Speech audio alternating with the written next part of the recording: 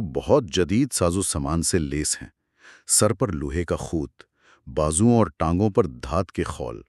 ہر سپاہی کے پاس برچھی، تلوار، ایک وزنی گرز، کمان اور 30 تیروں سے بھرا ترکش ہوتا ہے، اور وہ لڑتے بھی بہادری سے ہیں۔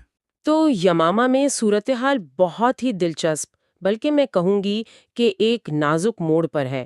ایک طرف افق پر گرد کے بادل ہے اور پوری بستی میں ایک خوف ہے کہ کوئی بہت بڑا لشکر حملہ کرنے آ رہا ہے، اور دوسری طرف خالد بن ولید رضی اللہ عنہ کے پاس صرف 2000 سپاہی ہیں۔ مطلب ایک سالار کے طور پر اس لمحے ان پر کیا گزر رہی ہوگی؟ دیکھیں، یہ واقعی ایک انتہائی نازک مرحلہ تھا، اور معاملہ صرف فوجیوں کی تعداد کا بھی نہیں تھا۔ اس سے بڑا خطرہ یہ تھا کہ یمامہ کے جو مقامی لوگ ہیں، جن پر ابھی پوری طرح بھروسہ نہیں کیا جا سکتا، وہ کہیں دشمن سے نہ مل جائیں۔ صحیح۔ تو یہ قیادت، حکمت اور سب سے بڑھ کر اللہ پر توکل کا ایک شدید امتحان تھا۔ ایک چھوٹی سی غلطی اور سب کچھ ختم ہو سکتا تھا۔ اور اسی تناؤ کے عالم میں جب وہ شاید اپنی فوج کا حوصلہ بڑھا رہے ہوں گے، انہیں گرد کے بادلوں سے دف اور ڈھول کی آوازیں سنائی دیتی ہیں۔ یہ آوازیں حملاوروں کی تو نہیں لگ رہی تھیں؟ جی بالکل، جب گرد چھٹی تو اونٹ، گھوڑے اور پھر اسلام کے پاسبانوں کے نعرے بلند ہوئے۔ خالد رضی اللہ عنہ فوراً گھوڑے پر سوار ہو کر آگے بڑھے۔ اور وہاں کیا منظر تھا؟ جو منظر انہوں نے دیکھا وہ اللہ کی طرف سے ایک معجزے سے کم نہیں تھا۔ یہ مدر اور ربیہ قبائل کے لشکر تھے۔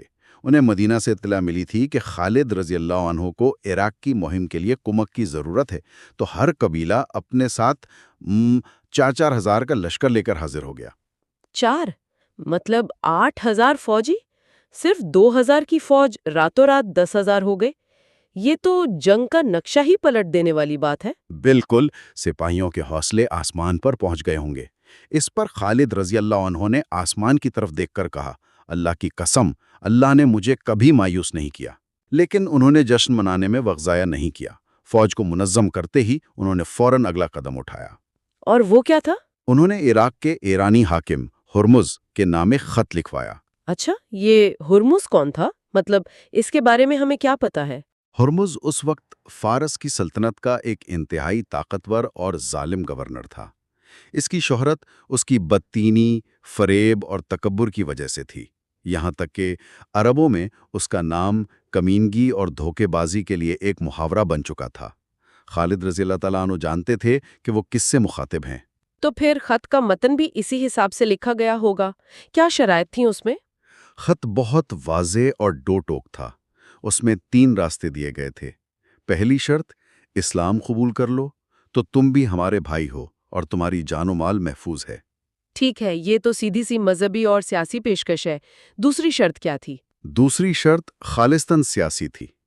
اگر اسلام قبول نہیں کرتے تو سلطنت اسلامیہ کا حصہ بن جاؤ، حاکم تم ہی رہو گے، اپنے لوگوں پر حکومت کرو، لیکن مدینہ کو جزیہ ادا کرو گے۔ اور اس کے بدلے میں؟ اس کے بدلے تمہاری اور تمہارے عوام کی حفاظت ہماری ذمہ داری ہوگی۔ یہ ایک طرح سے اس دور کا سیکیورٹی پیکٹ تھا۔ یعنی یا تو ہمارے مذہب میں شامل ہو جاؤ یا ہماری ریاست میں۔ یہ دونوں شرائط تو سمجھ آتی ہیں، لیکن اگر وہ یہ دونوں ہی نہ مانے تو؟ تیسری شرط کیا سیدھا سیدھا اعلان جنگ تھی؟ بالکل، تیسری شرط یہی تھی کہ اگر تمہیں یہ دونوں پیشکشیں قبول نہیں تو پھر اپنی سلامتی کے ذمہ دار تم خود ہوگے۔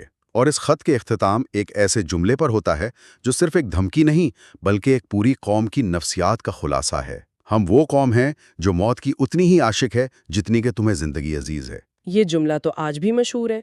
تو انہوں نے یہ خط ایک ایلچی کے ہاتھ روانہ کیا اور پھر انتظار کرنے لگے؟ نہیں، اور یہی خالد بن ولید رضی اللہ عنہ کی جنگی حکمت عملی کا کمال ہے۔ انہوں نے ایلچی کو 2 محافظوں کے ساتھ روانہ کیا اور اسے کہا، جب تم واپس آؤ گے تو میں یمامہ میں نہیں ہوں گا، مجھے عراق کی سرحد پر ابالا کے قریب تلاش کرنا۔ 1 منٹ، ابالا؟ اس جگہ کی کوئی خاص اہمیت تھی؟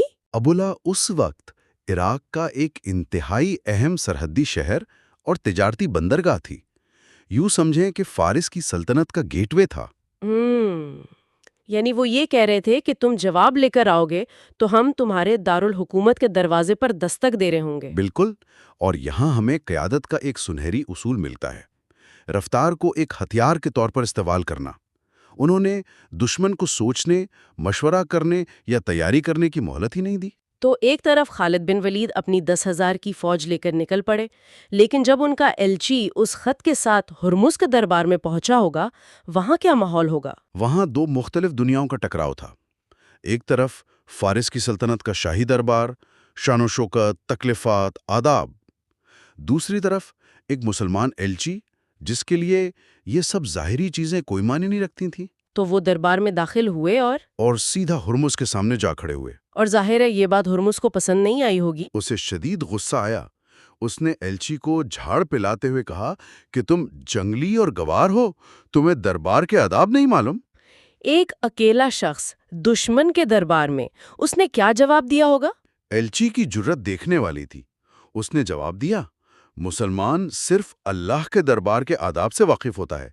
میں تمہارا درباری نہیں، میں اس سالار کا ایلچی ہوں جسے اللہ کے رسول صلی اللہ علیہ وسلم نے سیف اللہ یعنی اللہ کی تلوار کا لقب دیا ہے۔ اللہ کی تلوار، یہ جواب تو ہرمز کے تکبر پر سیدھا حملہ تھا۔ ہرمز نے طنزیہ کہکہا لگایا اور کہا، ہرمز کے سامنے وہ تلوار کند ہو جائے گی۔ پھر اس نے خط پڑھا اور غصے میں اسے مٹھی میں مڑوڑ دیا۔ اس نے ایلچی کو دھمکی دی، ہم تم جیسے گستاخ ایلچیوں کو یا تو قید خانے میں پھینک دیتے ہیں یا اگر رحم کریں تو جلاد کے حوالے کر دیتے ہیں۔ یعنی سیدھی سیدھی جان سے مارنے کی دھمکی۔ اس پر ایلچی کا رد عمل کیا تھا؟ وہ ڈرے نہیں؟ اس کا جواب ہرمز کے لیے شاید خط سے بھی زیادہ چونکا دینے والا تھا۔ اس نے بڑے سکون سے کہا، میری جان میرے اللہ کے ہاتھ میں ہے، تو مجھے جلاد کے حوالے کر دو، لیکن یہ یاد رکھنا کہ مسلمان میرے اور میرے ان دو محافظوں کے خون کے ایک ایک قطرے کا بدلہ لیں گے۔ اس بے خوفی نے تو ہرمز کو لاجواب کر دیا ہوگا۔ بالکل، وہ طاقت کا عادی تھا، ایمان کی طاقت سے اس کا واسطہ ہی نہیں پڑا تھا۔ تو آخرکار نتیجہ کیا نکلا اس ملاقات کا؟ ہرمز غصے سے لال پیلا ہو گیا اور اس نے ایلچی کو دربار سے نکل جانے کا حکم دیا۔ جاتے ہوئے ایلچی نے کہا، مجھے میرے سالار کا پیغام مل گیا، تمہیں ہماری کوئی شرط قبول نہیں۔ جس پر ہرمز چیخا، جی، وہ چیخا، نکل جاؤ یہاں سے، اپنے سالار سے کہنا کہ میری طاقت کو میدان جنگ میں آ کر آزمائیں۔ اور اس طرح جنگ کا باقاعدہ اعلان ہو گیا۔ تو ہرمز نے فوراً اپنی فوجیں جمع کرنا شروع کر دی ہوں گی۔ جی، اس نے فوراً فارس کے شہنشاہ اردشیر کو خط بھیجا کہ وہ مسلمانوں کو سرحد پر ہی کچلنے کے لیے نکل رہا ہے۔ لیکن اس کے اپنے ہی دربار میں ایک شخص نے اسے ایک اندرونی خطرے سے آگاہ کیا۔ اندرونی خطرہ؟ آپ کا اشارہ ان عرب قبائل کی طرف ہے جو ایرانی حکومت کے تحت رہتے تھے؟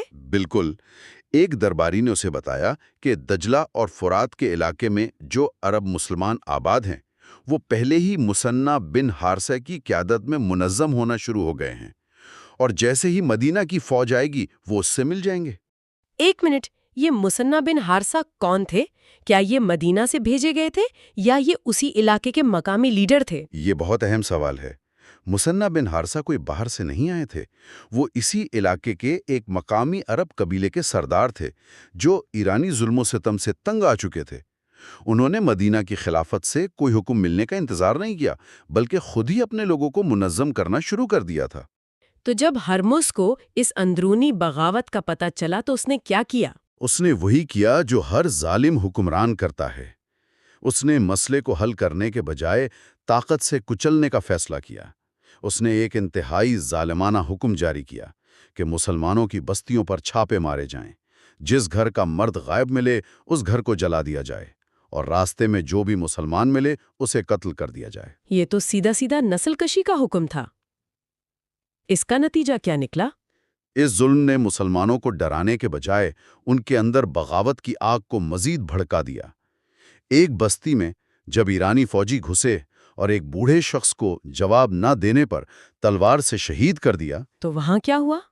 اسی وقت کچھ مسلمان گھڑ سوار جو مثنیٰ بن حارثہ کے پاس جا رہے تھے وہاں سے گزرے۔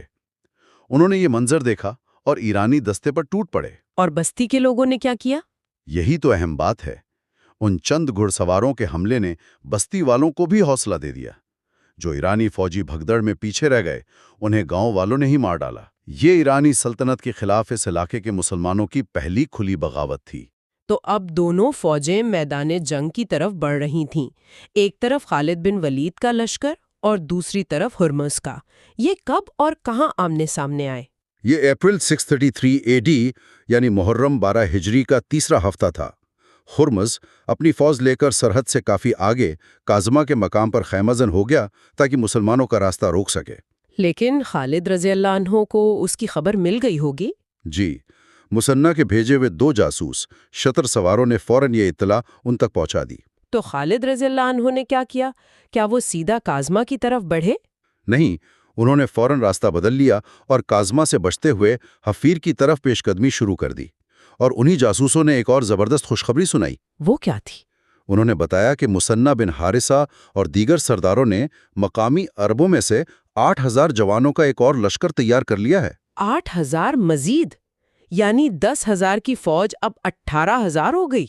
یہ تو بہت بڑی طاقت بن گئی تھی۔ جی، یہ اب ایک ایسی فوج تھی جو فارس کی سلطنت کو چیلنج کر سکتی تھی۔ لیکن جنگ صرف تعداد سے نہیں جیتی جاتی۔ ہرمز کے جاسوسوں نے بھی مسلمانوں کو راستہ بدلتے دیکھ لیا تھا۔ اس نے ایک انتہائی تیز رفتار چال چلی اور خالد رضی اللہ عنہ سے پہلے حفیر پہنچ کر وہاں موجود پانی کے تمام کنوؤں پر قبضہ کر لیا۔ صحرا میں پانی پر قبضہ؟ یہ تو آدھی جنگ جیتنے کے برابر ہے۔ ہرمز نے تو مسلمانوں کو ایک بہت بڑی مشکل میں ڈال دیا تھا۔ بالکل، یہ ایک کلاسیکی جنگی چال تھی۔ جب خالد رضی اللہ عنہ کو یہ اطلاع ملی تو انہوں نے اپنی فوج کو ایک ایسی جگہ پڑاؤ کا حکم دیا جہاں دور دور تک پانی کا نام و نشان نہیں تھا۔ فوج میں بے چینی پھیلنا ایک فطری بات تھی۔ ظاہر ہے، سپاہی لڑائی سے نہیں ڈرتے، لیکن پیاس کا خوف بہت بڑا ہوتا ہے۔ خالد رضی اللہ عنہ نے اس صورتحال کو کیسے سنبھالا؟ وہ ایک عظیم سالار ہونے کے ساتھ ساتھ ایک ماہر نفسیات بھی تھے۔